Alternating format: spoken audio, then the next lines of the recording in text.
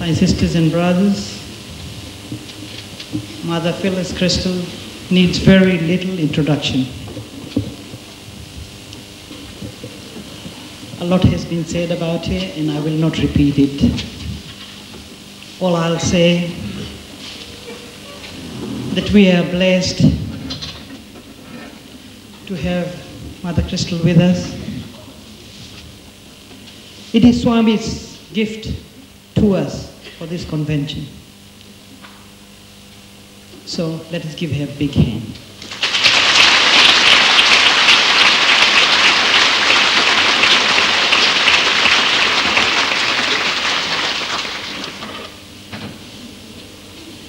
I guess from now on I'm Mother Krystal,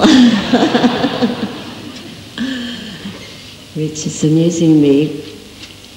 But since Baba told me that I would have thousands of sons and thousands of daughters, I am absolutely delighted. I feel like the old lady who lived in a shoe and had so many children she didn't know what to do. Well, fortunately, I don't have to be responsible for any of you. We'll leave that to Swami, who's our real mother and father. As you see, we have switched places. I don't think Swami could have picked two people who were more different in their effect. And so Jagadesan asked if I would mind switching, and I don't mind switching at all, because apparently I calm everybody down and he stirs everybody up. And so that's what we need. That's what Swami does too. And as he's using us here in his own way, it doesn't matter who comes first. I have been asked this morning to talk about, I think, materialism and spirituality. I wasn't sure what that meant, and I'm not sure still, but I'm sure Swami will know what he wants to put into my head. Swami has, through the years, given me many indications, many hints, usually hints. He prefers to be a Zen master, as I always put it, and give each one of us a koan or a riddle. And then we have to work at that. We have to use our muscles. We have to try to figure out what he wants, what his message is. And as you know, he says that his life is his message, but he also tells all of us, or each of us, that our lives must be his message too.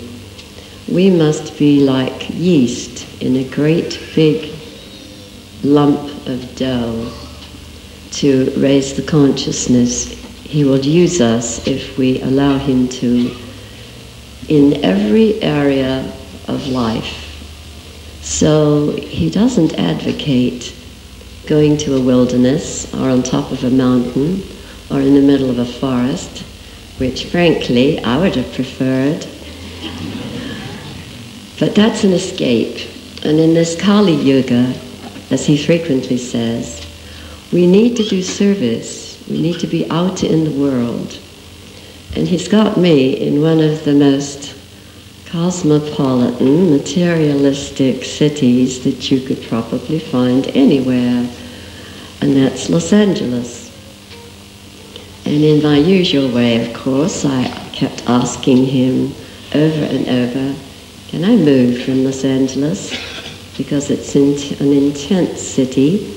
It has an enormous amount of pollution, and I'm very allergic, and it makes me ill. And for a long, long time, he wouldn't answer the question.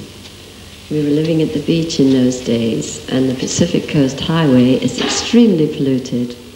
And I was breathing in all of the fumes because the damp air at the beach kept them down. And he avoided the whole thing for 10 years straight. And then finally, he asked me how my health was. And I said, I'm sorry, I'm failing you completely. I just simply can't stay well. Oh, he said, where you live at the beach is terrible, very bad air, very poisonous, not at all good for anyone.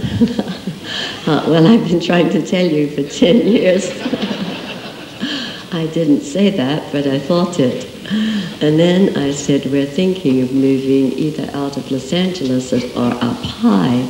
He said, no, don't move out of Los Angeles, move up high. And that, of course, is what we did. And he found the house for us, and that's a story in itself and has to do a little bit with the subject I've been asked to talk about. We had been looking up high as super